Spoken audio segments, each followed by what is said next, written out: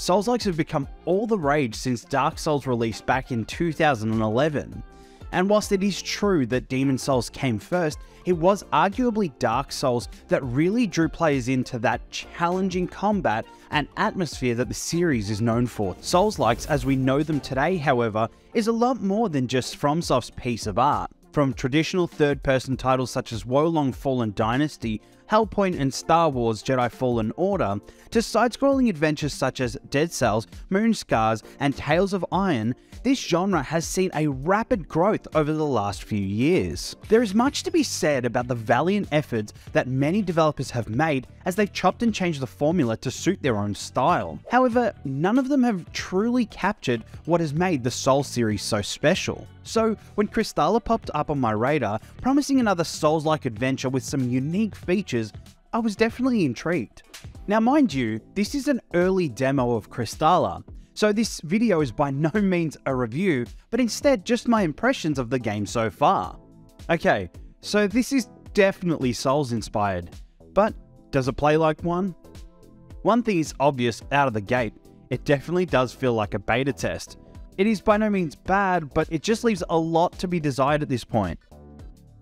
The combat doesn't have much weight to it, and enemies seem to recover in an instant at times. There isn't a great deal of challenge here either. For the most part, you can just cruise along and take down enemies quite easily. Now I should mention I'm by no means a veteran when it comes to these kinds of games, so the fact that I can get through it without much fuss is definitely saying something.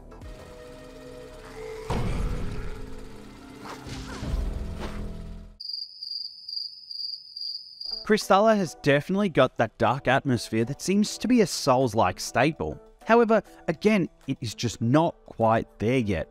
There is a lot of image popping, animations are very simplistic, but again, I must stress, it is just the beta. This is far from a final product, and I'm sure the devs are going to use this beta test to deal with some of the game's biggest bugs and other issues. I must say, I really like the atmospheric score in Kristala. The mostly airy piano sets a really tense and unnerving vibe, which really suits this style of game. Also, the devs have used silence in the music really well. You don't always need a full blasting orchestra, and it was really fascinating to hear some breaks in the music. However, this is only effective if the sound effects actually work, and there are a lot of key sounds missing here.